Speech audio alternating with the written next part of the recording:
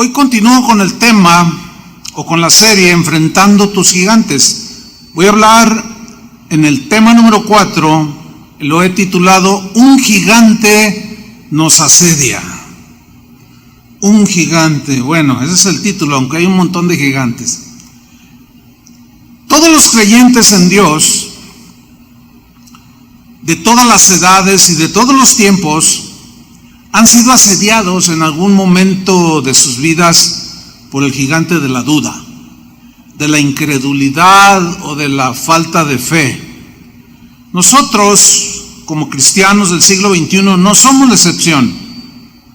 ¿Quién de nosotros no ha sido asediado por el gigante de la duda, la incredulidad? ¿A quién de nosotros no le ha faltado fe en algún momento difícil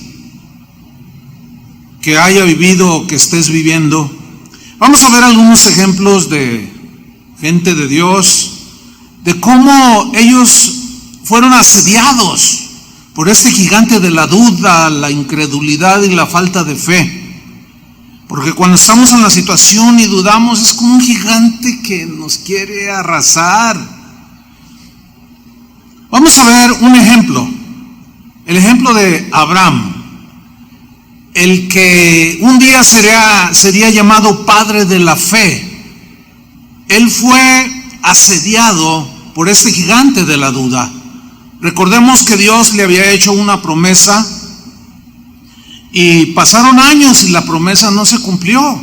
Y entró la duda en él y en su esposa Sara y cometieron un gravísimo error cuyas consecuencias hasta el día de hoy las vemos. Tuvo un hijo fuera del matrimonio, Ismael se llamó. Cuando la duda lo atrapó, este gigante pretendió echar por tierra el plan de Dios. Después de que nace este hijo fuera del matrimonio, Dios reprueba esa acción, producto de la duda, de la incredulidad, de la inseguridad. Y posteriormente Dios le recuerda a Abraham la promesa de que le va a dar un hijo. Y fíjense, el gigante de la duda sigue allí, asediándolo. La incredulidad, la falta de fe lo quiso atrapar de nuevo. Vamos a Génesis capítulo 17, versículo 15.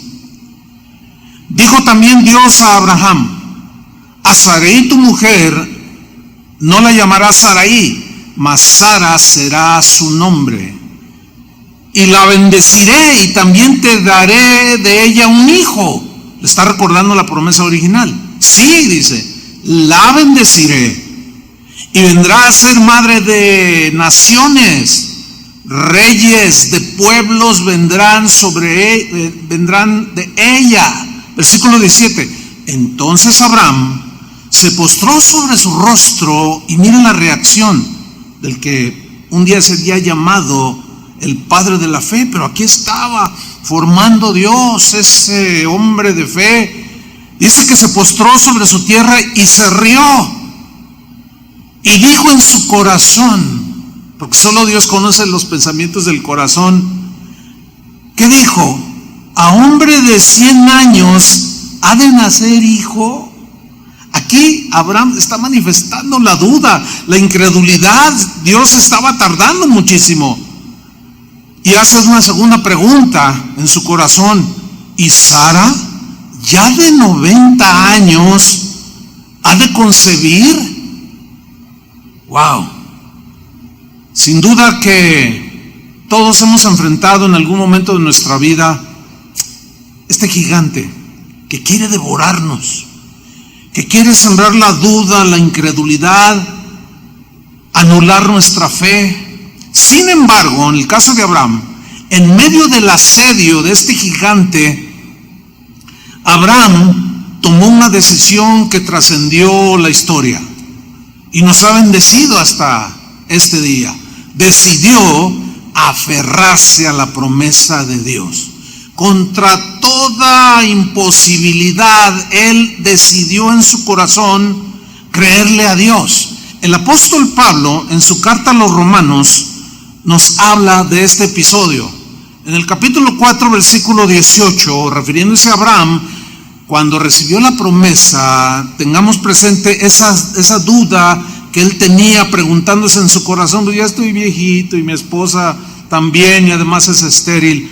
Sin embargo, en el Nuevo Testamento el apóstol Pablo nos revela algo importante. Romanos 4:18. Él, es decir, Abraham, creyó. Finalmente dijo: tengo que poner toda mi plena confianza en el Señor, de que Él cumplirá su promesa.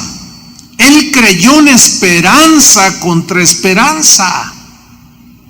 O sea, es decir, que creyó en la esperanza que le daba la promesa de Dios contra la esperanza natural de tener un hijo. Para llegar a ser padre de muchas gentes, no lo era. Se requería fe.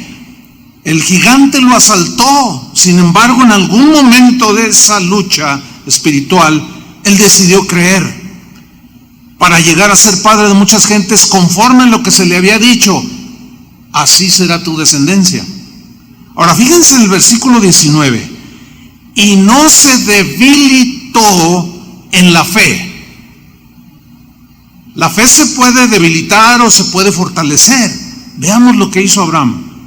No se debilitó en la fe al considerar su cuerpo. Considerar significa contemplar, mirar detenidamente la circunstancia que él tenía de ser un hombre anciano, y no se quedó allí mirando lo imposible, sino que en fe creyó que Dios cumpliría su promesa. Y es una lucha que todos tenemos en algún momento de nuestra vida. No podemos quedarnos a considerar o a ver el gigante que está allí, o el problema o la situación, porque si permanecemos contemplándolo nos va a devorar. Entonces, ¿qué hizo Abraham? No se debilitó en la fe al considerar su cuerpo, que estaba ya como muerto, siendo de casi 100 años, o contemplando la esterilidad de la matriz de Sara. Abraham estaba descubriendo un secreto para fortalecer su fe. Él no se quedó mirando al gigante de la imposibilidad. No. Miró hacia atrás y empezó a ver al gigante que estaba detrás de él. Dice el versículo 20: tampoco dudó por incredulidad. O sea, si hay un momento de duda, pero finalmente salió victorioso, venció a ese gigante. Dice que tampoco dudó por incredulidad de la promesa de Dios. Y aquí viene el gran secreto que Pablo nos revela ahora: sino que se fortaleció en fe. La fe débil se hace débil porque dejamos de alimentarla. Uno de mis maestros de la escuela bíblica puso en una ocasión, en una clase del seminario, un ejemplo para ilustrar algo al respecto. Dijo: es como si tú tienes dos perros Doberman. Uno se llama fe y el otro incredulidad. Si tú le das de comer a cualquiera de ellos y le dejas de dar de comer a cualquiera de ellos, el que está bien alimentado es el que va a prevalecer y te va a devorar o te va a ayudar. En este caso, lo que hizo Abraham es que empezó a alimentar su fe. Miraba su cuerpo, pero alimentaba su fe. ¿De qué manera Abraham comenzó a alimentar su fe y a fortalecer su fe? Dando gloria a Dios. Hay traducciones que dicen alabando a Dios. ¿Se acuerdan de Josafat? Hace 8 días que vimos que estaba el gigantesco ejército enfrente de él para destruirlos, devorarlos. Sin embargo, vino una palabra profética: estad quieto, esperad y verás la salvación del Señor, porque la guerra es del Señor. Y él salió a la batalla por delante con los cantores. Y cuando empezaron a entonar cantos de alabanza, allí algo sucedió. Hay algo escondido cuando un cristiano alaba a Dios, cuando un cristiano adora a Dios y fortalece la fe. No hay nada como cantar los salmos o las experiencias que una iglesia esté teniendo, o alguno de los cantores que esté teniendo una experiencia de fe y haya salido victorioso, componer un canto al respecto. Dice el versículo 21, seguimos con Abraham, plenamente convencido. Así estaba Abraham cuando fortaleció su fe y fortaleció su fe. Llegó un momento en que estaba totalmente convencido.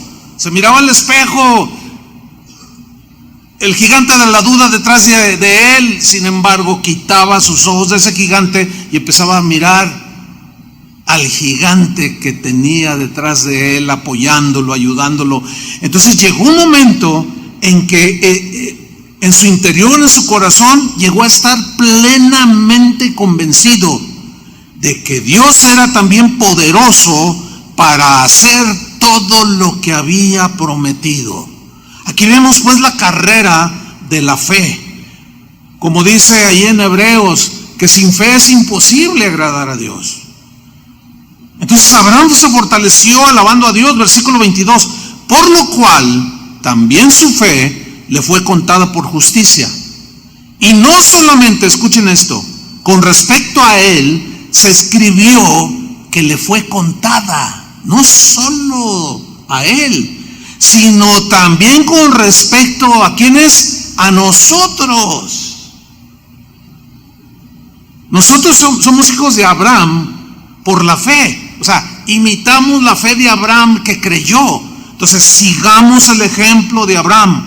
Cuando la imposibilidad, cuando lo imposible esté frente a ti, Dios te ha dado promesa, pero tú estás allí y si empiezas a contemplar esa imposibilidad, estás alimentando la incredulidad, la falta de fe, y la duda te va a devorar. No, hagamos lo que el mismo Abraham hizo, y su fe le fue contada por justicia. Entonces dice que esto también es con respecto a nosotros, a quienes ha de ser contada, o sea, la fe que tengamos en el Señor. Esto es a los que creemos en el que levantó de los muertos a Jesús, Señor nuestro. Sin duda que la incredulidad, la falta de fe, en ocasiones se nos aparecerá como un gigante, pero el ejemplo de Abraham es extraordinario para ilustrar cómo sí, efectivamente tuvo sus dudas. Sin embargo, lo que hizo fortaleció su fe y terminó plenamente convencido de que Dios iba a cumplir lo que había prometido con él. Otro ejemplo muy ilustrativo es Moisés. Moisés, el héroe de Israel, o uno de los héroes de Israel, el libertador de Israel. Moisés, bueno, el hombre más manso de la tierra, Dios mismo dijo de él.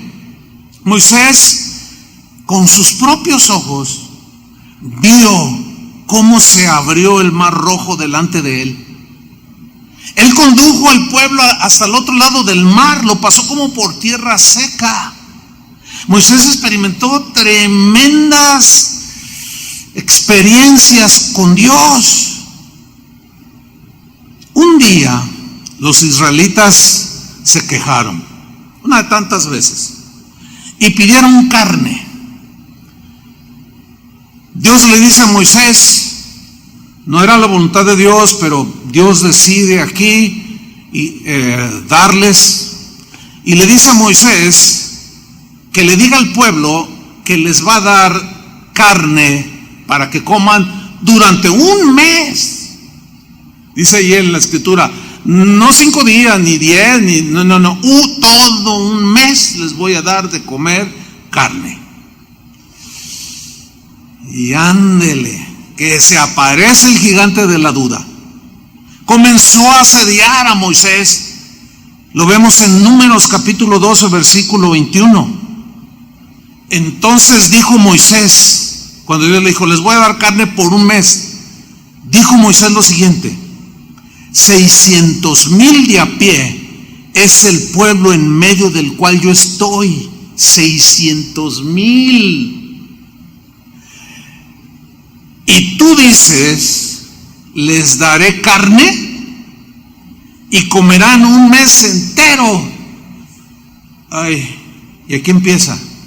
Cuando ve los 600,000, dice, no, pues es que para darles de comer durante un mes a 600,000 personas, pues ¿dónde están las vacas? ¿Dónde están los toros? ¿Dónde está la carne?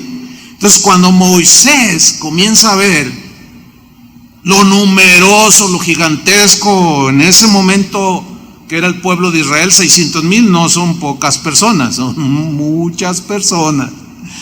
Entonces ven los 600,000 y les surge la duda. Después de haber visto tantos milagros de Dios, hermanos, somos muy propensos a lo mismo.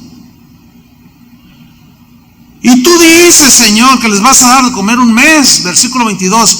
¿Se degollarán para ellos ovejas y bueyes que les basten?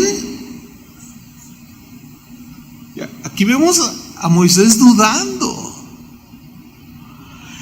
Y hace una segunda pregunta: ¿o se juntarán para ellos todos los peces del mar para que tengan abasto?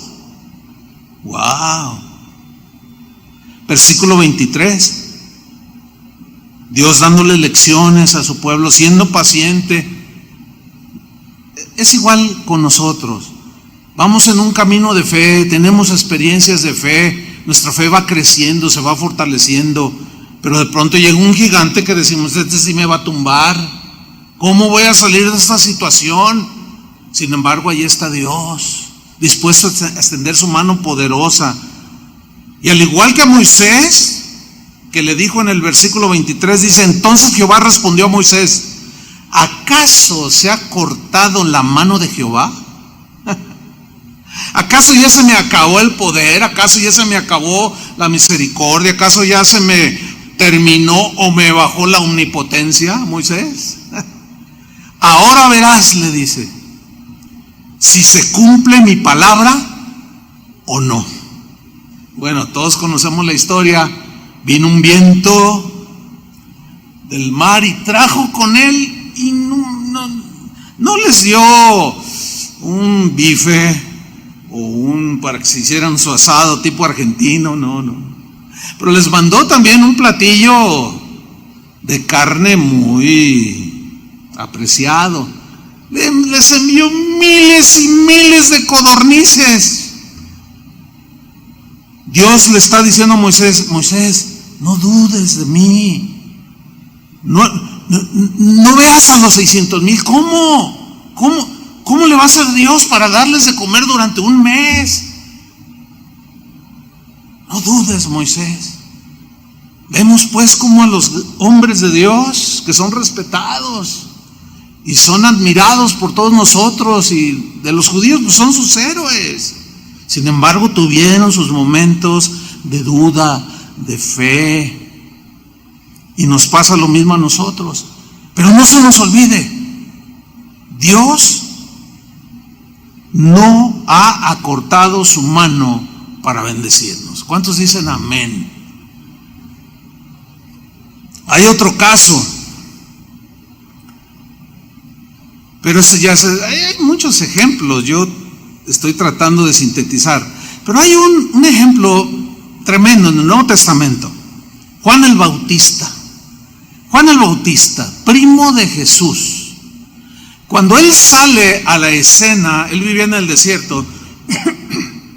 Cuando él sale a escena, fue la voz que clamó en el desierto.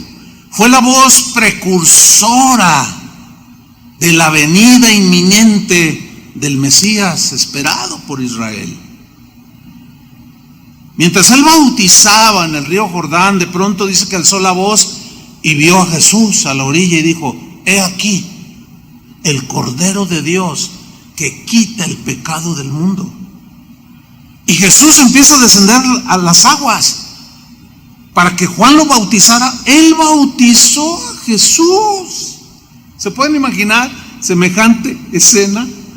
El mismo Juan bautizó a Jesús. Juan no quería hacerlo. No, Señor, ¿cómo yo? Tú bautizas. No. Hazlo. Tenemos que hacer las cosas en su orden, en el orden que Dios estableció. Y bautizó a Jesús. Y les decía, a él oíd. Pero luego dijo algo que quiero reflexionar. Él dijo, a él oíd. Es necesario que él crezca y yo mengüe. Así dijo, ¿verdad?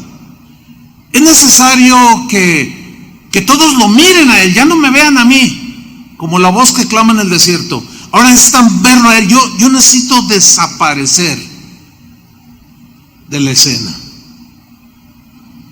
Miren lo que dice en el Evangelio de Mateo, capítulo 11, versículo 1. Cuando Jesús terminó de dar instrucciones a sus 12 discípulos, se fue de allí a enseñar y a predicar en las ciudades de ellos. Miren el versículo 2. Y al oír Juan, ¿dónde estaba Juan? En la cárcel. Bueno, ¿por qué estaba en la cárcel? Por el testimonio de Jesús, lo sabemos. Porque testificó que era el Mesías que Israel estaba esperando. Pero aquí surgen algunas preguntas. Juan Bautista era un hombre fiel, cumplió fielmente su ministerio. Él mismo lo palpó, lo tocó, lo bautizó. Quizás cuando él dijo, es necesario que él crezca y yo mengüe, él, no quizás, de seguro ignoraba cómo Dios había determinado que Juan el Bautista menguara. Y lo metieron a la cárcel. Un hombre que estaba acostumbrado a la libertad del desierto, lo encierran en una cárcel. Las cárceles de aquellos tiempos, no sé si sean peores que las de hoy, pero según las narrativas, hablan de cosas terribles, que alguien que caía en la cárcel de aquel tiempo, Juan, acostumbrado a esa libertad del desierto, de pronto se ve en la cárcel, aprisionado.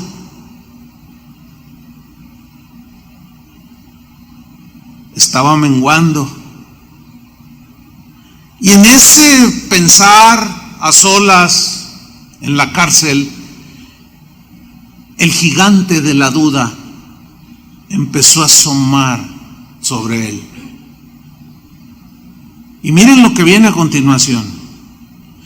Al oír Juan en la cárcel los hechos de Cristo, le envió dos de sus discípulos a Jesús. Sígame con atención. Para preguntarle, ¿eres tú aquel que había de venir? O sea, el Mesías. Él lo había proclamado a grito abierto. He aquí el Cordero de Dios que quita el pecado del mundo. El asunto es que cuando Dios decidió que él menguara de esa manera, lo metieron a la cárcel. Una situación realmente muy difícil. Quizá pasó, pues no una, sino muchas preguntas en su mente. Ay, no me equivocaría. ¿Por qué si soy fiel? ¿Por qué estoy aquí? Este olor es insoportable, este tormento es insoportable. Yo quería menguar, pero no sé, o sea, estoy yo suponiendo cosas que cualquiera de nosotros piensa. ¿Por qué si te soy fiel? ¿Por qué si camino contigo, Señor? ¿Por qué estoy pasando por esa situación? Que si tú te le quedas viendo a esa situación, te va a devorar el gigante. Ese es el punto. Entonces aquí vemos que Juan entra en una duda. Pregúntale, vayan con Jesús y díganle, ¿eres tú aquel que había de venir? ¿O esperaremos a otro? Por eso Pablo en el Nuevo Testamento dijo, el que piensa estar firme, mire que no caiga. Pórtense varonilmente, manténganse en la fe.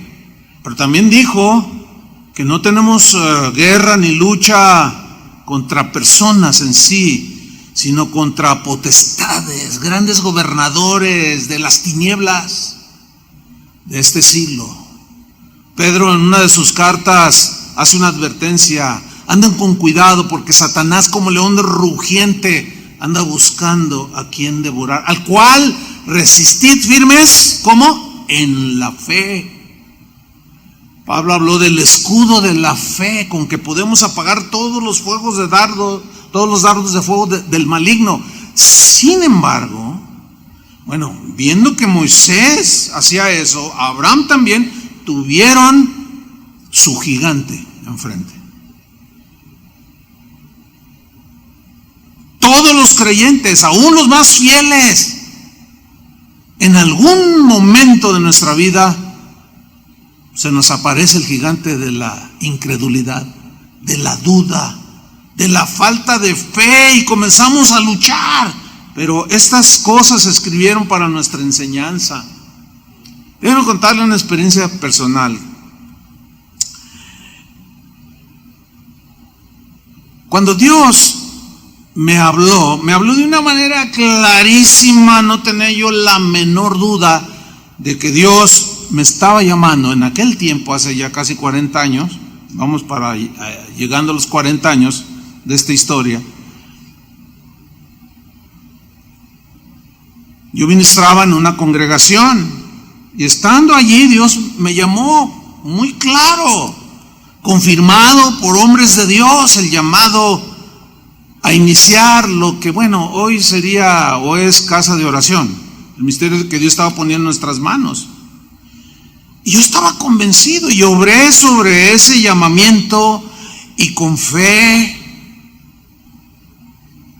di los pasos de obediencia y empecé a caminar. Y empezamos casa de oración. Dios empezó a bendecir. El otro día Toño mandó unas fotos de el primer reunión de bautismos que tuvimos. Yo tenía una cantidad de fotografías, pero con eso de que préstame, que vamos a hacer un collage, una vez que hicieron allí un cartel, una exposición de fotos antiguas, pero ya no me las regresaron, así es que aprovecho para si alguno las tiene que me las regrese. Porque ahí en esa foto, yo estoy bautizando ¿a quién estoy bautizando, Toño? A ti, ¿verdad? Lo estoy bautizando a él. Y Chava está a un lado. De eso hace 38 años.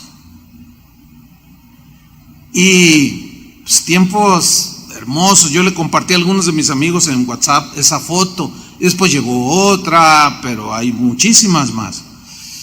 A los 3 meses de haber iniciado casa de oración, bauticé 52 personas, me acuerdo exactamente el número.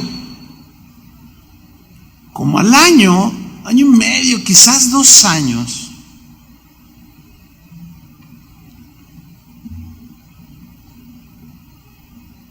yo había tenido un maestro en el seminario que cuando iniciamos casa de oración, al año y medio, llegó pidiéndome que quería asistir a casa de oración y yo lo recibí. Mi esposa me dijo: ¿sabes una cosa? Ten cuidado con este hermano. Yo le dije: ella tiene un don de discernimiento. Le dije: mira, me dijo, es que algo no anda bien en su corazón. Sí, mira, mi responsabilidad es decírtelo para que tú andes con precaución, con prudencia. Pero no hice caso a la voz de Dios. Pues ándele, empieza a preparar un golpe de púlpito, empieza a hablar con los poquitos de ese tiempo.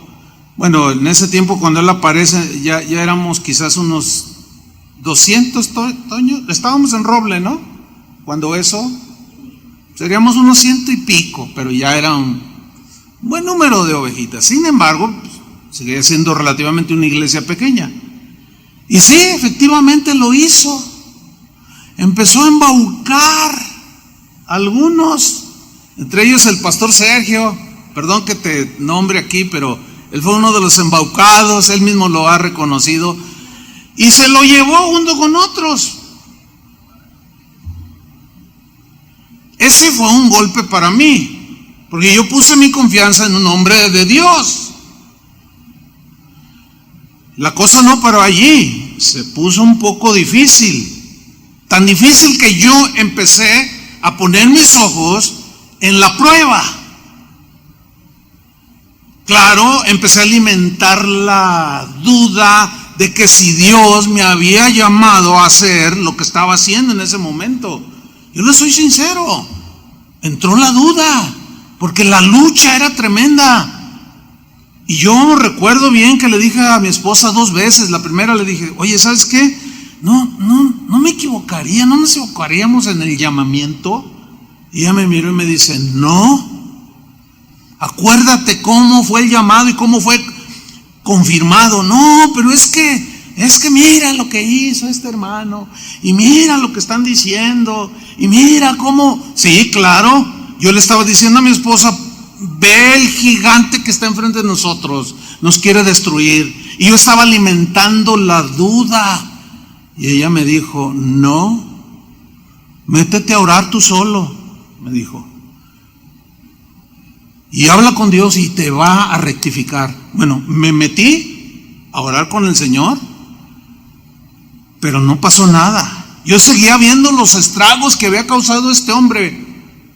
O sea, yo seguía empecinado en ver la circunstancia.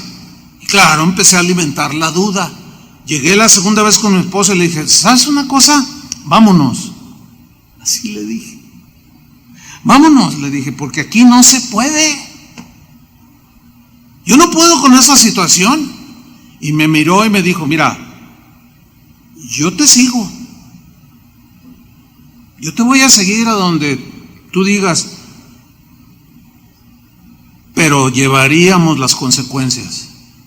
Yo te sugiero que hables con Dios otra vez. Y ahí voy de nuevo. Y empecé así como Moisés. Ay, ¿acaso podrás? ¿Por qué no lo? ¿Por qué? Y el Señor me dijo, basta. No vas a hacer nada, porque yo ya pensaba hacer mis asuntos. O sea, así como Abraham, echarle la mano a Dios, ¿verdad? No mandas al hijo de la promesa, pues Entonces yo quería hacer lo mío, mi estrategia para subsanar esa situación que ya había afectado la congregación tan pequeña en sus inicios. Y alimentaba y Dios me dijo, no hagas nada, yo te llamé, no entiendes todavía lo que yo voy a hacer. Yo les confieso, hermanos, al igual que Moisés, bueno, pero pues yo no soy bueno para hablar, no soy esto, no soy lo otro. Ya me dijo, solo créeme. ¿Saben una cosa, hermanos? Me empecé a dejar de ver esa circunstancia, ese gigante, y empecé a ver a Dios, al gigante que estaba detrás de mí. Y a medida que yo lo contemplaba y leía su palabra, mi fe se iba fortaleciendo y fortaleciendo y fortaleciendo. Y le dije a mi esposa, ¿sabes una cosa? No nos vamos a ningún lado. Pase lo que pase, me voy a morir con las botas puestas. Bueno, creo que tomé la mejor decisión en ese momento, sin duda. Pero tuve la lucha que tuvo Abraham, tuve la lucha que tuvo Moisés. Tú, Chuy, has tenido tus luchas que, Señor, pues si yo te alabo. Sí, pero Julio, todos hemos pasado. Ustedes podrán testificar que cuando ponemos la vista en la circunstancia se alimenta la duda, ¿sí o no, Julio? O sea, sabemos de lo que estamos hablando. No somos ese tipo de fe triunfalista, ¿verdad? No, que no sé qué, y a mí el Satanás me hace los mandados. Lo mismo dijo Pedro y le puso una zarandeada para que se eduque. Qué tremendo, hermanos. Mateo capítulo 11, versículo 4. Seguimos con Juan el Bautista. ¿Eres tú el que ha de venir o esperamos a otro? Respondiendo Jesús les dijo: id y haced saber a Juan las cosas que oís y veis. Noten que Jesús en este caso no le reprochó a Juan el Bautista su duda o su falta de fe. No le dijo: ¿cómo? ¿Eso les dijo Juan? ¿Cómo? Si él mismo declaró con certeza que yo era el Cordero de Dios que quitaba el pecado del mundo, y ahora sale Juan con que si soy yo o no soy el que ha de venir. No, el Señor es muy paciente. Juan el Bautista había sido un hombre fiel, pero Dios, el Señor entiende cuando estamos en esos momentos de duda, cuando la incredulidad crece como un gigante y cuando la fe es débil y nos falla. Vayan y díganle a Juan, versículo 5: los ciegos ven, los cojos andan, los leprosos son limpiados, los sordos oyen, los muertos son resucitados, y a los pobres es anunciado el evangelio. Y bienaventurado, díganle a Juan, bienaventurado el que no halle tropiezo en mí.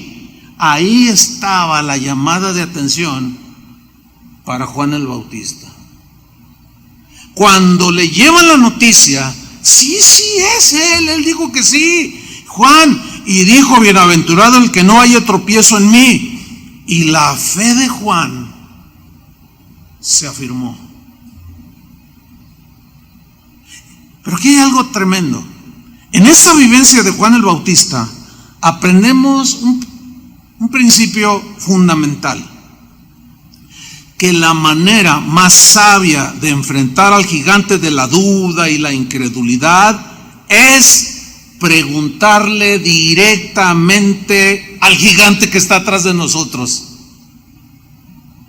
Eso fue lo que hizo Abraham, eso fue lo que hizo Moisés, eso es lo que está haciendo Juan el Bautista. Preguntarle directamente al gigante que está atrás de nosotros, protegiéndonos.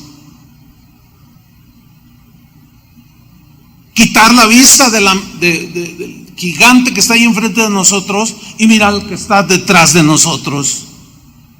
Pregúntale a él. Yo fui y le pregunté a Dios, habiendo tenido certeza del llamamiento, pero las circunstancias me hicieron dudar, porque miraba a aquel gigantón. Y fui 2 veces y le pregunté, y me habló al corazón, y afirmó y confirmó mi fe, y seguí adelante.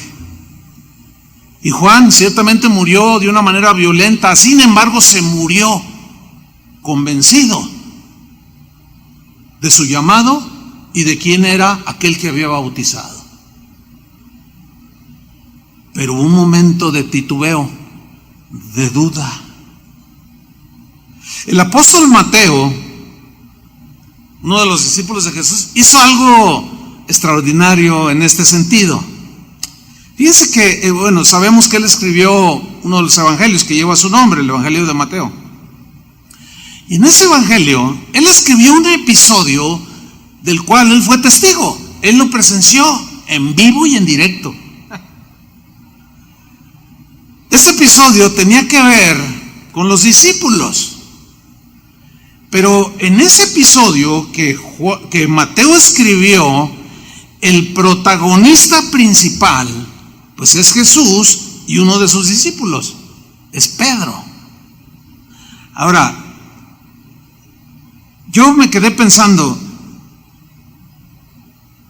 pues esto no abona a la reputación de Pedro, porque lo que narra es cuando caminó sobre las aguas y de pronto empezó a hundirse cuando la fe le faltó. Y ahí en la reputación de Pedro, pues lo pone como alguien que le falló la fe. Pero Mateo, sin duda, conocedor de los casos que yo he mencionado y de otros más, guiado por el Espíritu Santo, escribió esta historia del cual él presenció en vivo. En este episodio que vamos a leer, vamos a encontrar muchas lecciones de duda y de victoria sobre los gigantes que nos asedian. Vamos a leerlo. Mateo capítulo 14, versículo 23. Dice: despedida la multitud, Jesús subió al monte a orar aparte con el Padre, a hablar con Él, afinar su alma, su corazón. Por eso es bueno orar aparte. Y cuando llegó la noche, estaba allí solo. Es muy importante que de cuando en cuando busquemos la soledad, estar solos. Ayer veía un video donde se veía este lugar repleto, varios miles de personas, y dije, sentí como una nostalgia. Qué bonito. Pues es bonito estar con los hermanos. Ahí Dios envía bendición y vida eterna. Pero está el otro lado de la moneda, cuando debemos de estar solos. Y Jesús lo hacía constantemente. Versículo 24: y ya la barca estaba en medio del mar. Les había dicho, adelántense, yo los alcanzo. Yo imagino que han de haber dicho, ¿y cómo? O sea, bueno, alguien que reme muy rápido nos va a alcanzar. Ya la barca estaba en medio del mar. Hagan una imagen, utilicen su imaginación para hacer como si estuvieran viendo una película.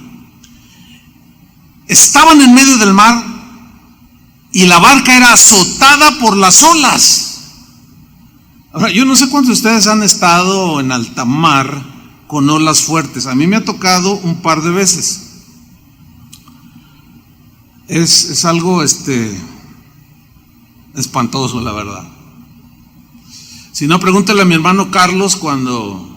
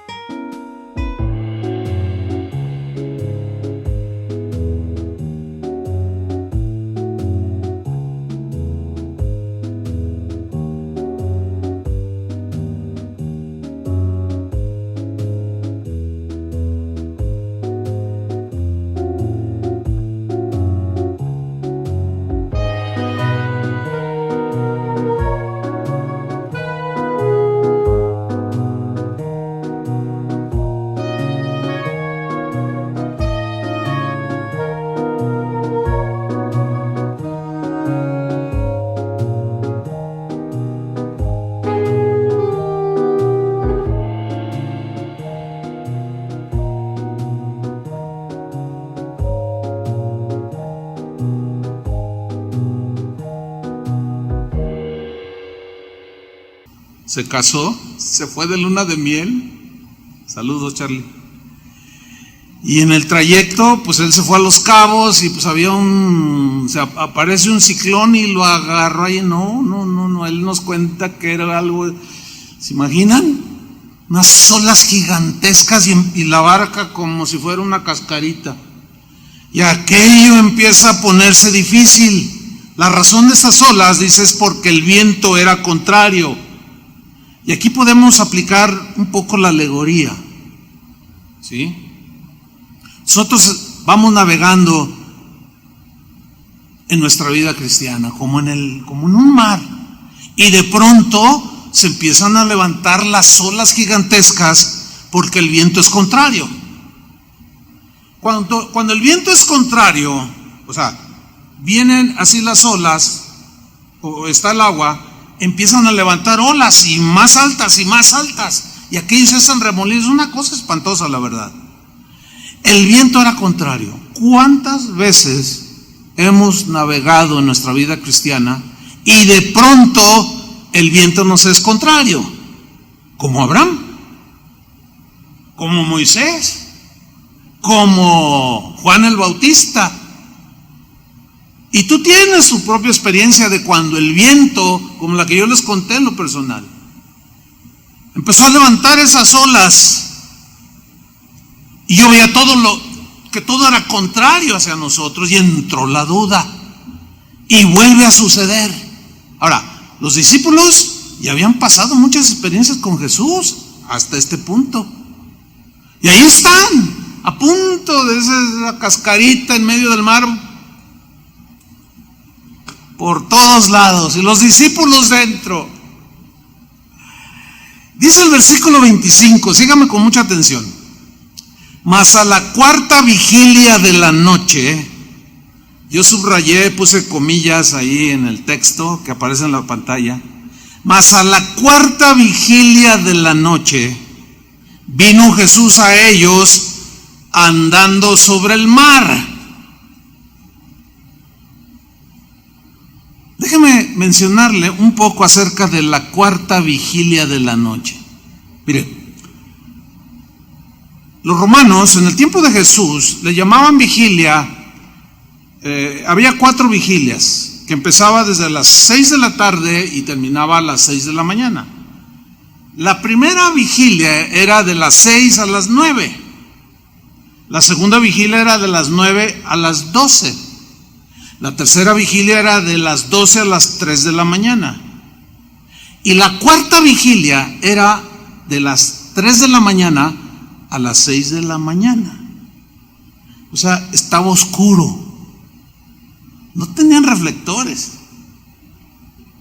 Ahora, es bien interesante, me llamó mucho la atención, y como que el Espíritu Santo, yo había pasado en mi estudio, la preparación, había pasado esta de la cuarta vigilia, pero como que el Espíritu Santo me puse a investigar. Encontré algo tremendo. Encontré que la cuarta vigilia de la noche, que es de las 3 de la mañana a las 6 de la mañana, era cuando Jesús oraba. La cuarta vigilia era cuando María Magdalena, después de que Jesús había muerto y había sido sepultado, en la cuarta vigilia, estando aún oscuro, hasta Chuy hizo un canto de este pasaje bíblico, aún estando oscuro, dice, llegó de mañana y encontró la tumba vacía. Y así empecé a encontrar muchos ejemplos de que a la cuarta vigilia, en la mañana, muy de mañana, Proverbios dice que bienaventurado el hombre, y también hay salmos donde hablan los que me buscan de madrugada. El salmista decía, me levantaré de madrugada. Se refería a esa cuarta vigilia. Cuando todos duermen, hay algo en ese tiempo. Yo recuerdo cuando era un niño que iba a la escuela,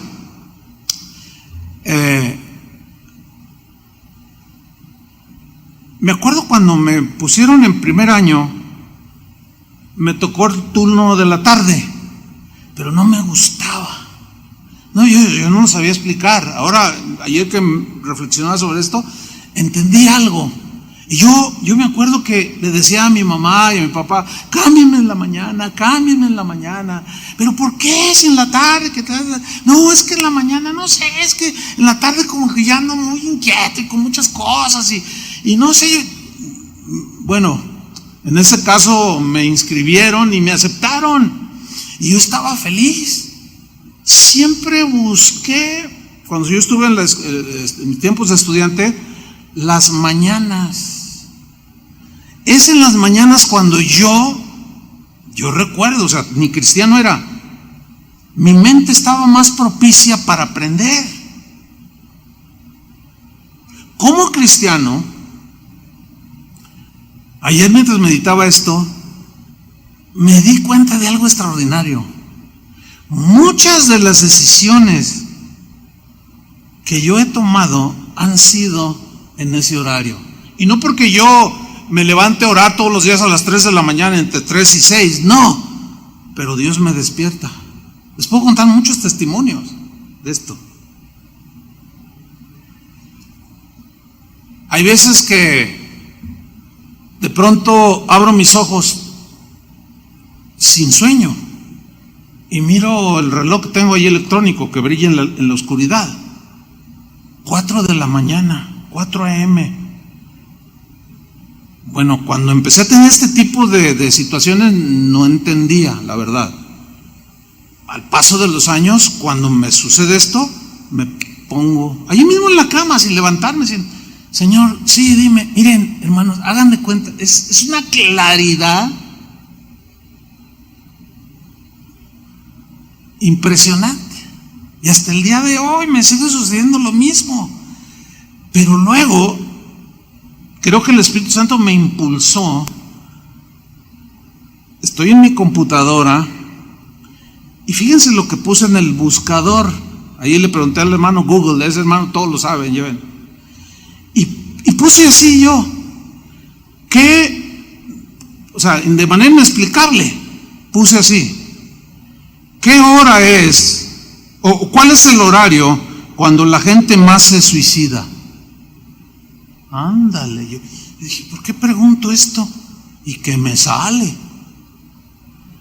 El primero luego lo abrí y era una estadística de los Estados Unidos. Ellos son buenos para las estadísticas.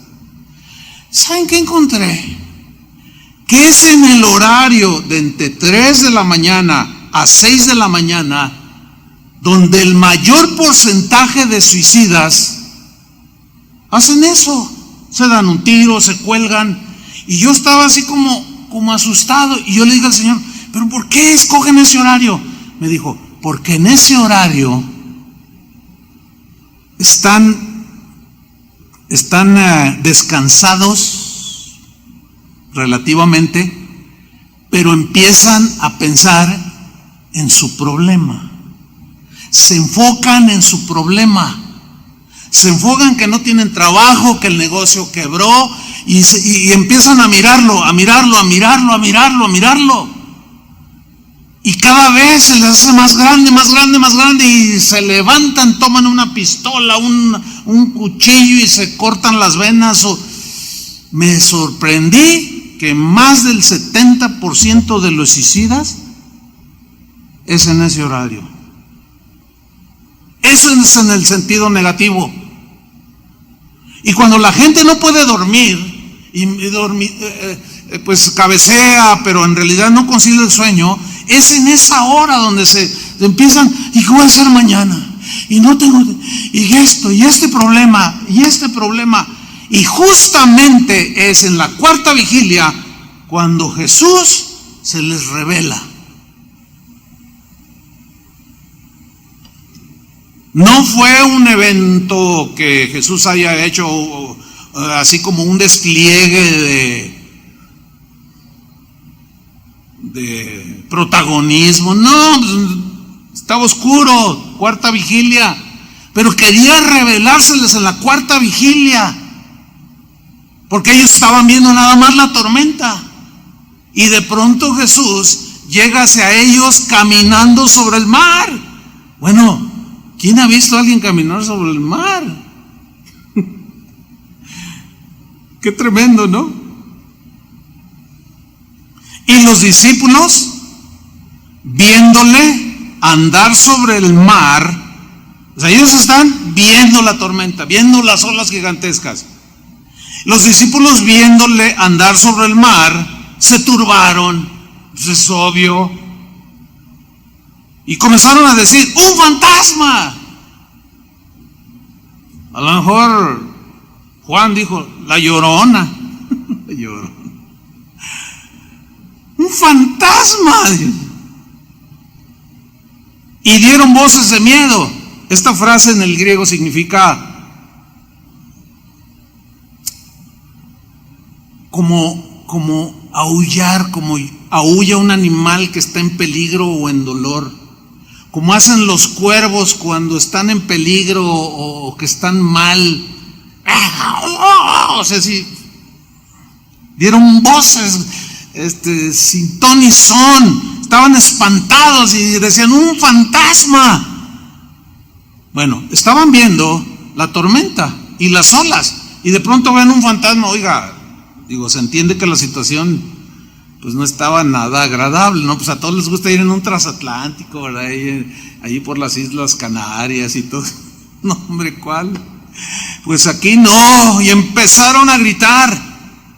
Dice el versículo 27: pero enseguida Jesús les habló diciendo: tened ánimo, yo soy, no temáis. Ahora, fíjate el versículo 28. Jesús les había dicho que los iba a alcanzar en el trayecto. Jesús ya había hecho muchas cosas enfrente de ellos. Ellos eran gente de fe, creían en Él. Pero de pronto los asedió. Estaba ahí el gigante de la duda asediándolos, y aprovechó esta oportunidad. Y entonces le respondió Pedro y dijo, fíjate qué contradicción. Le dice: Señor, si eres tú, le dice, porque a lo mejor es la Llorona, o a lo mejor es el jinete sin cabeza. Si eres tú, porque está oscuro. Y en las penumbras alcanzaron a verlo. Y alguno, porque ellos tenían puestos sus ojos en la tormenta y en las grandes olas, y alguien en la penumbra vio a Jesús caminando y empezó a gritar, contagió a todos, empezaron a gritar: Jesús, tranquilos, yo soy, no pasa nada, confíen en mí. Bueno, si eres tú, miren lo que le dijo, o sea, para que vean que sí era un hombre de fe. Pero ¿a qué estaba dudando? Si eres tú, manda que yo vaya a ti sobre las aguas. Mira qué importante, hermano, es que en la cuarta vigilia, que de cuando en cuando, en la muy de mañana, hables con Dios. Vas a oír la voz tan clara. No te va a quedar la menor duda. Y si el Señor te dice ve, ve. Si el Señor te dice no vayas, no vayas. Pedro le dice: si eres tú, manda que yo vaya a ti sobre las aguas. Manda. Qué importante es oírlo a Él. Y en la cuarta vigilia, así como lo hacía Jesús mismo, es algo hay allí. Recuerdo en una ocasión que fui a predicar, de esto ya hace bastantes años. Fui a predicar a una congregación en la Ciudad de México. Y recuerdo que este pastor yo lo había conocido hacía muchos años. Y yo nunca había ido a predicar a su iglesia, no conocía a su congregación. Y cuando llego, yo sabía que tenía una mega iglesia. Y cuando llegamos a su auditorio, me encuentro con un auditorio de 10,000 personas, cómodamente sentadas. Un monstruo ahí. Y al entrar yo me quedé, pues un edificio imponente.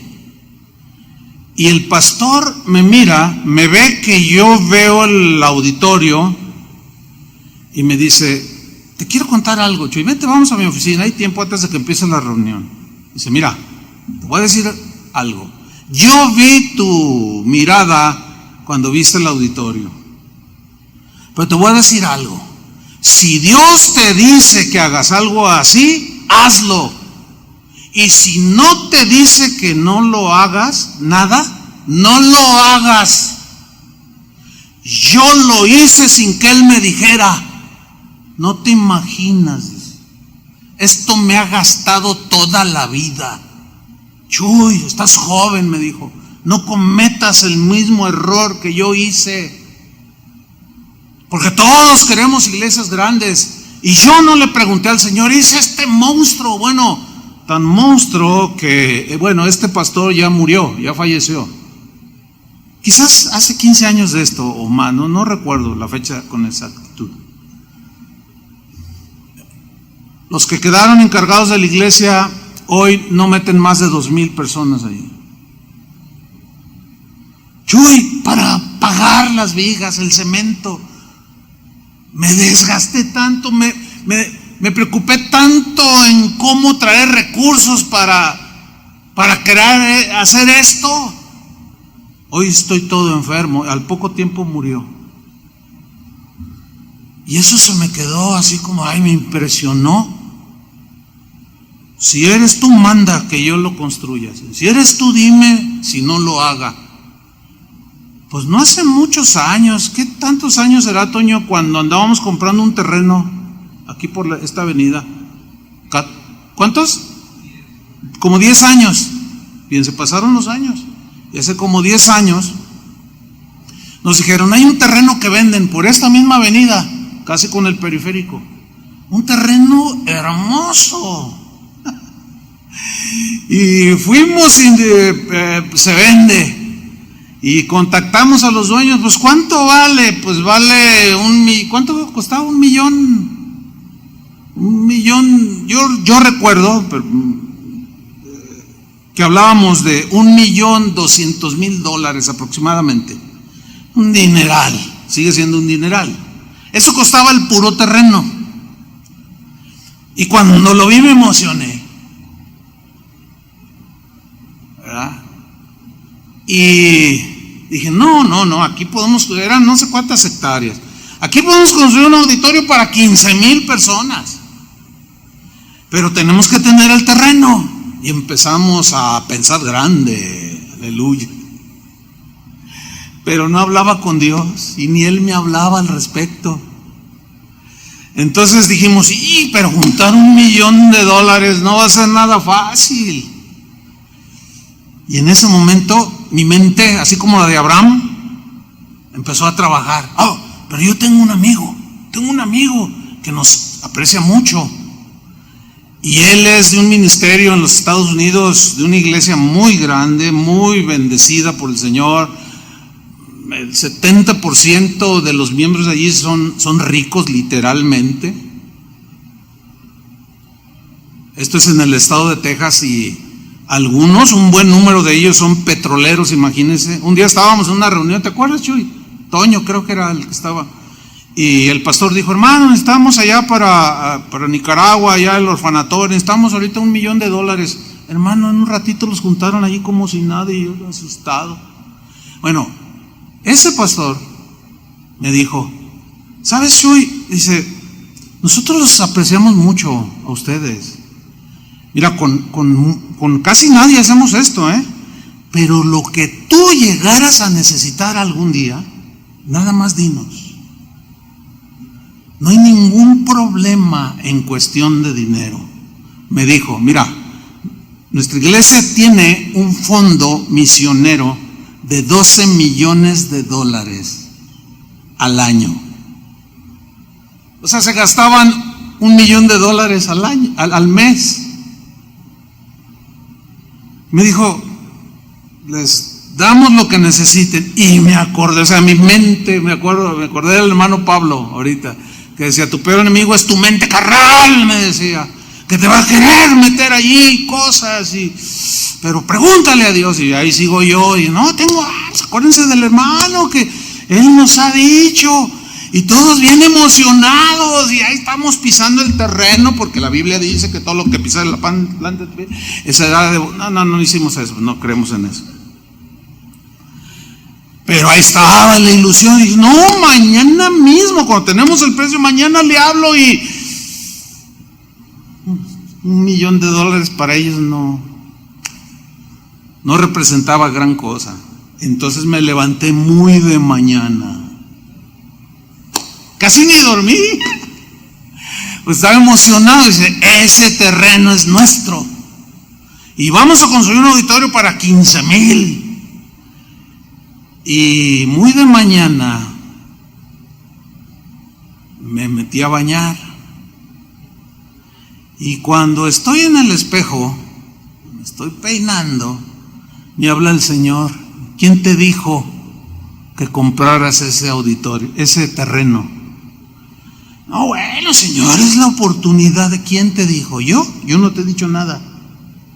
Además, ya se te olvidó que cuando yo te llamé a este ministerio, yo te hice un desafío y te hiciste una promesa de que nunca le ibas a pedir un solo centavo a nadie. ¿Ya se te olvidó?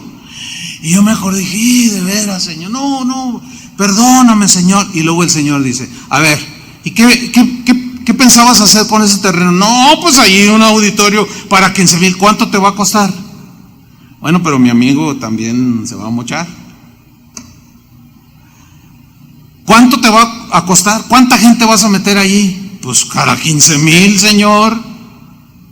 Y cuando se llene, pues hacemos otra reunión, ya son 30,000. Y cuando se llene, pues hacemos la tercera y son 45,000. Y el Señor me dijo, qué pequeña es tu visión, me dijo. Vas a desistir de hacer eso. Yo no te dije nada. Si tú lo haces, yo me hago a un lado. Y dije, no, Señor, yo te prometí, tú no me dijiste, no lo voy a hacer. Ya tuvimos la reunión, les dije, no, ¿saben qué? Pues el Señor me dijo que no en la cuarta vigilia, casualmente. ¿Cómo? Sí, pues no. Yo recuerdo la reacción de los pastores. No, pues está bien, no, pues tú eres el pastor. Y no lo hicimos. Y luego voy con el Señor y le digo, oye, Señor, entonces, ¿cómo quieres que crezcamos? Mira, lo que vas a hacer es lo siguiente. Si tú hubieras hecho ese auditorio, metes a lo más 45,000 y ya. No, dice, lo que vas a hacer es levantar congregaciones alrededor de toda la ciudad y de ahí te vas a extender a otras ciudades con casas de oración, iglesias, y de ahí te vas a ir a otros países. Y yo me quedé, y otra vez así como Abraham,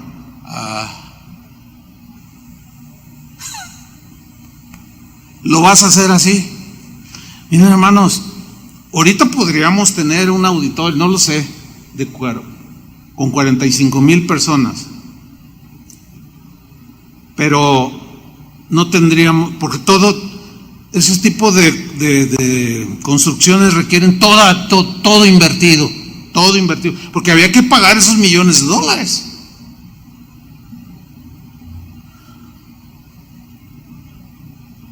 Y ahora ya con más aplomo medito y pienso en esto y digo, ay, Señor, no cabe duda que qué importante es, si eres tú, manda, habla tú, Señor, porque ¿qué hubiera sido de nosotros? Bueno, nada más aquí en la ciudad ahorita y en poblaciones aledañas hay más de 40 congregaciones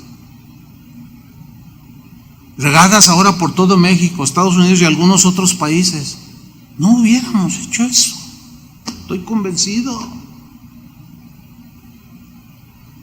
Entonces Pedro le dice, si eres tú, manda que yo vaya a ti sobre las aguas, versículo 29. Y él le dijo, ven. Ahora, pensemos un poco, manda que yo vaya a ti sobre las aguas. O sea, si eres tú, pues tienes poder. O sea, no tenía duda de que Jesús era poderoso.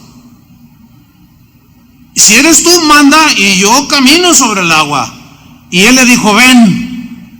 Ahora, veamos a Pedro. Y descendiendo Pedro de la barca, andaba sobre las aguas para ir a Jesús, a encontrarlo y regresar juntos a la barca. Oiga, yo nunca he caminado sobre el agua. O sea, Pedro no temía, era un hombre de una fe tremenda. Sin embargo, o sea, no dudaba. Pero mire lo que sucedió en cuanto él, en el versículo 30, pero al ver el fuerte viento, hizo lo que Abraham vio en primera instancia, vio su condición de anciano. Y como Moisés que vio a los 600,000, y como Juan el Bautista que se vio en la cárcel, y cuando vio, pero al ver el fuerte viento, quiero señalar algo aquí, mire, en griego, ver, el verbo ver, es un verbo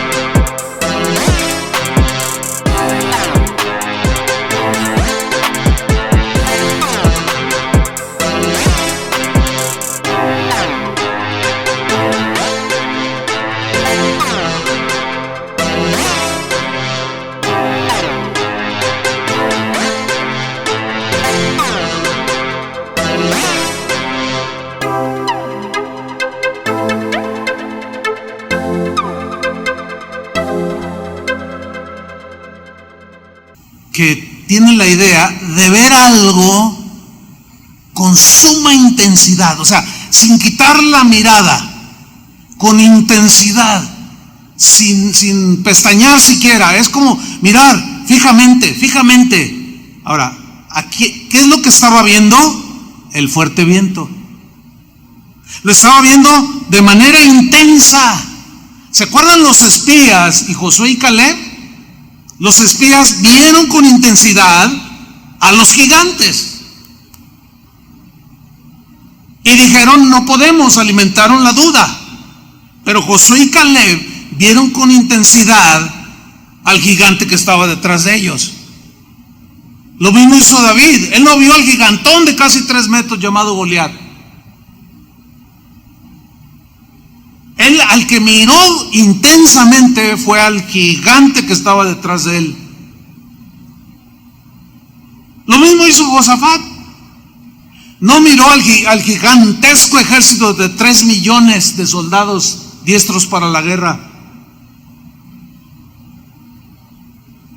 Él dijo: no sabemos qué hacer, y a ti volvemos nuestros ojos para verte a ti.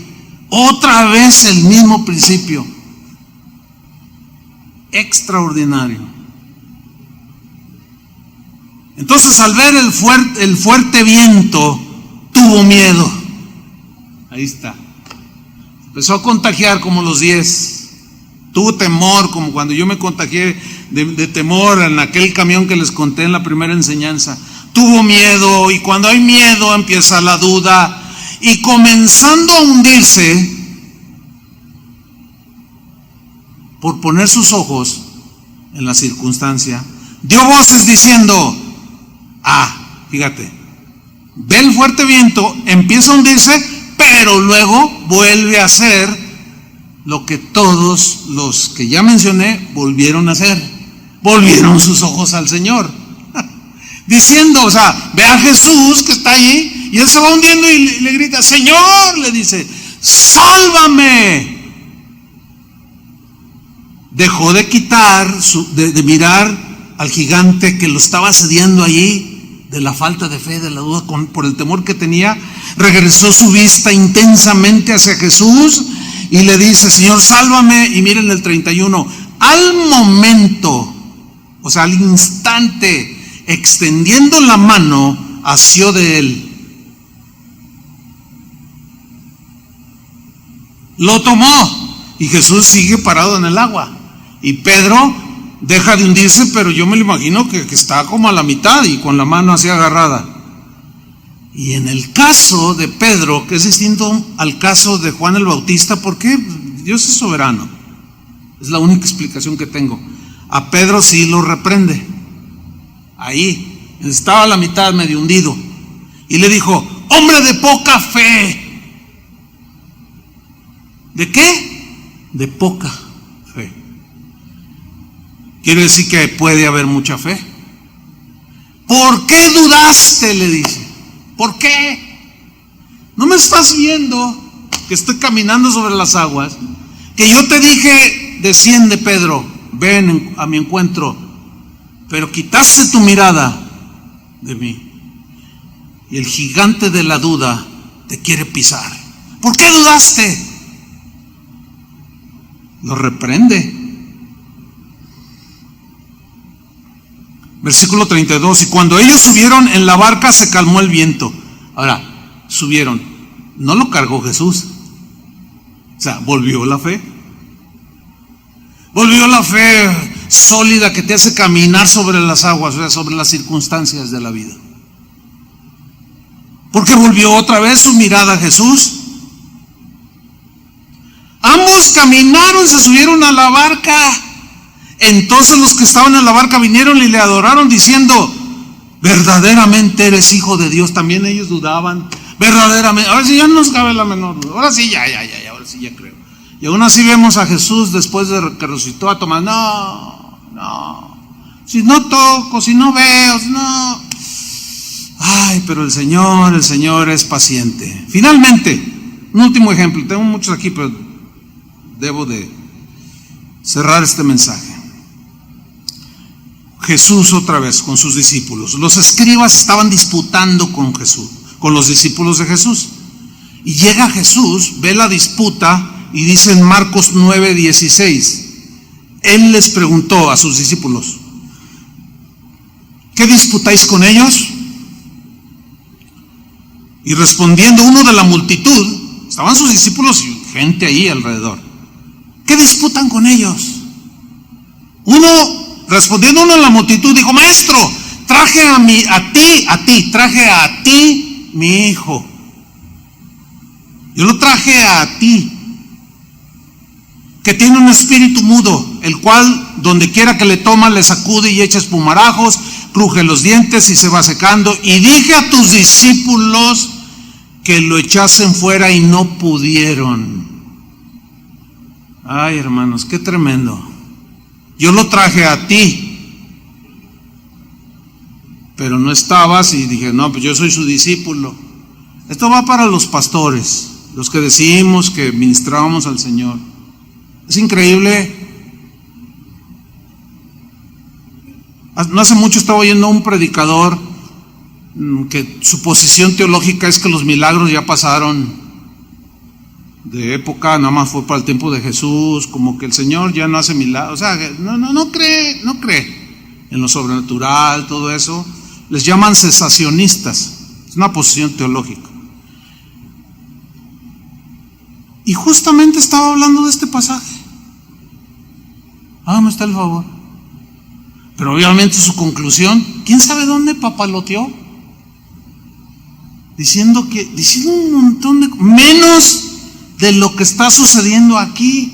O sea, ¿cómo un hombre de Dios, que debe ser un hombre de fe, no crea que tenemos un Dios poderoso, que sigue haciendo milagros? Pues los hay.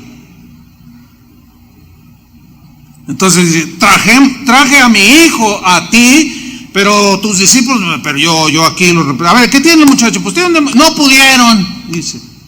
Y mire el versículo 19, respondiendo él, o sea Jesús, les dijo, oh generación incrédula. Es como una aseveración, así como, oh generación incrédula. Les está diciendo a sus discípulos Ya habían pasado lo de la barca, ya habían pasado lo de los panes, ya habían pasado... Y lo dice algo todavía más tremendo. ¿Hasta cuándo he de estar con vosotros? ¿Hasta cuándo os he de soportar? Tráiganmelo al muchacho. Mira, la versión en lenguaje actual, Marcos 9:19, dice así. Nos queda un poco más claro. Jesús les dijo: ¿por qué no han aprendido a confiar en Dios?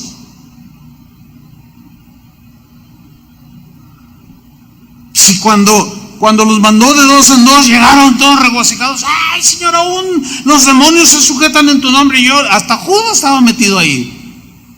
Y se nos salió el demonio en el nombre de Jesús y todo. Y estaban regocijados. Y Jesús en esa ocasión les dijo: no se regocijen tanto de que los demonios salen, sino de que sus nombres están inscritos en el libro de la vida. Ellos ya habían experimentado, pero algo pasó allí. Y Jesús dice: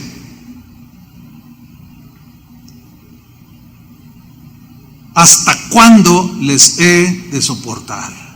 En la versión, entonces, en el lenguaje actual dice, Jesús les dijo: ¿por qué no ha aprendido a confiar en Dios? O sea, tantas lecciones. ¿Acaso no pueden hacer nada sin mí? Y es que Jesús en ese momento estaba en un cuerpo. Y él tenía que morir, resucitar e irse. Ya no lo verían más. Y Jesús dice: ¿acaso no pueden hacer nada sin mí? ¿Que no han entendido? ¿Cuándo van a aprender? Les dice: tráiganme aquí al muchacho. ¿Cuándo van a aprender? Oiga, es cierto que nos entra la duda, pero hay que seguir aprendiendo. Y ya no hablar tan a la ligera. No seguirá asaltando porque nos sigue asediando el gigante de la duda. Sin embargo, tenemos que aprender de cada lección.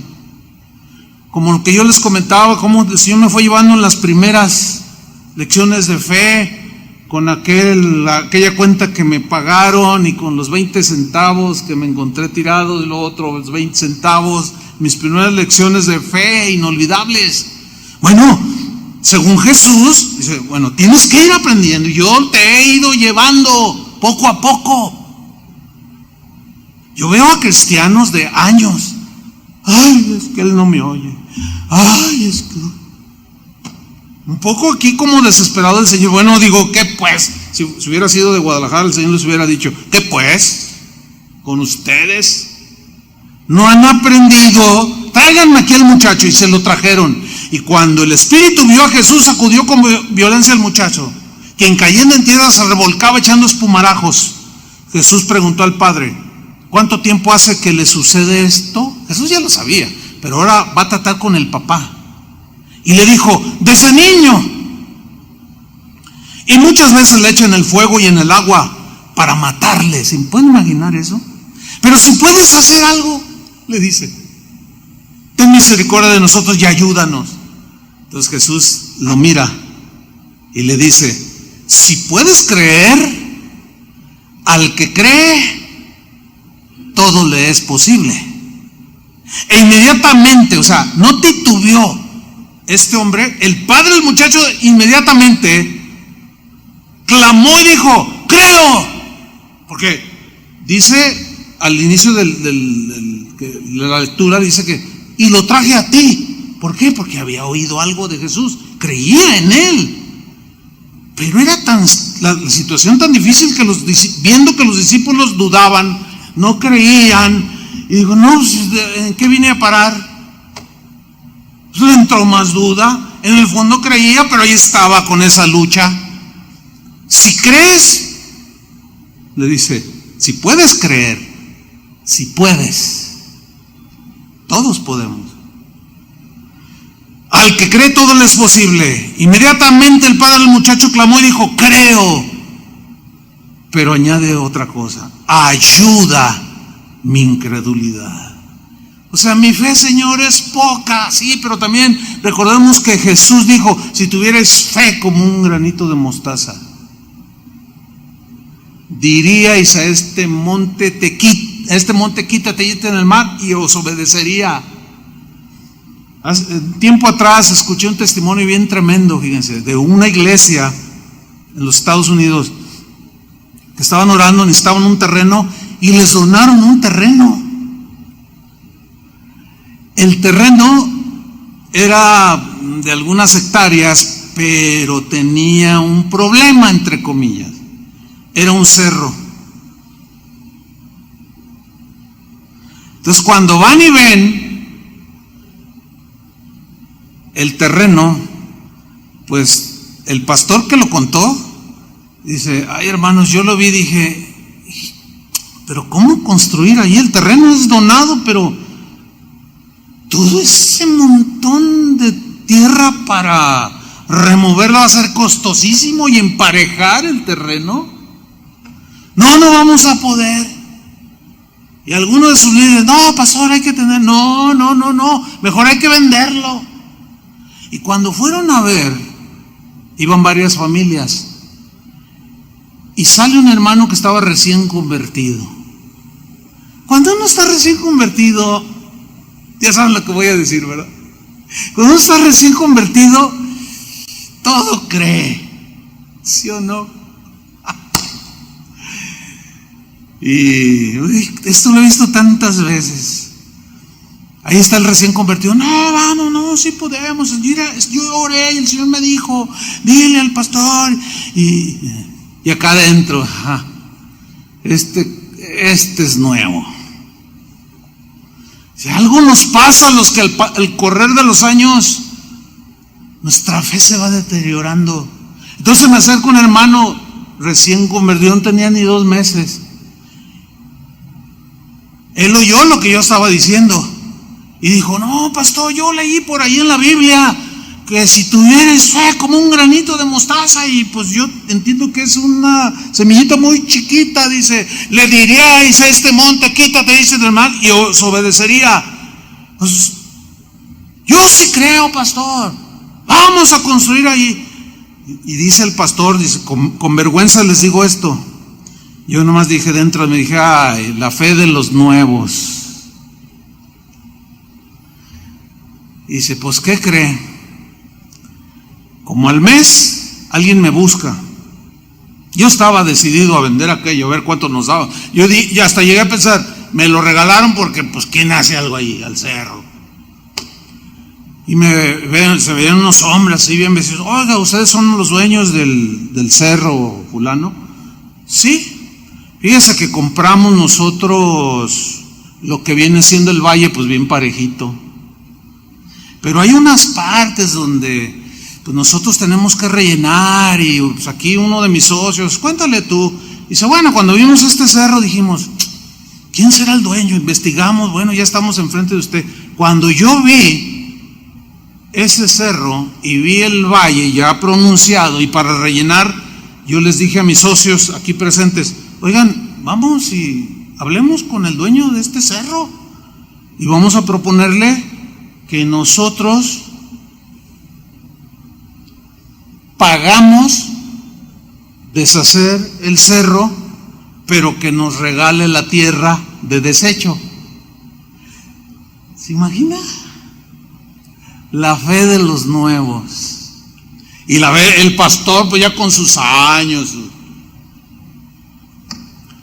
Qué bueno que somos un cuerpo, y cuando a aquel le falla la fe, otro se va a levantar: no, sí podemos, pastor, sí podemos, hermano. O a veces el pastor infunde fe, a veces el pastor duda, a veces la gente duda, como en estos tiempos hay duda.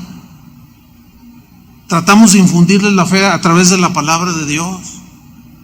Ayuda mi poca fe, dice en la versión al día, el versículo 24. Sí creo, le dice, exclamó de inmediato el padre del muchacho. Ayúdame, le dice, en mi poca fe. ¿Qué oración? Creo. Pero Señor, ayúdame a creer más. Concluimos, hermanos. Confiemos totalmente en Dios. En algún momento de tu peregrinar te puede a asaltar. No, te va a asaltar la duda y la incredulidad y la falta de fe. Pero no mires ese gigante que te asedia. No, mira al gigante que está atrás de ti. Amén. Oremos. Señor, muchas gracias por tu palabra. Qué lecciones, Señor, tan maravillosas. Tu palabra es viva y eficaz y conforta nuestra fe, infunde aliento y alimenta nuestro espíritu, y nuestra fe se fortalece y la convicción vuelve a estar sólida, como Abraham, como Moisés. Todos tuvieron sus dudas, Josafat mismo, pero todos de pronto miraron al gigante que tenían enfrente, pero después voltearon hacia ti, como Pedro, los discípulos, y nosotros somos iguales que ellos, Señor. Ayúdanos, ayuda nuestra incredulidad, ayuda nuestra poca fe, Señor. Oramos por aquellos que están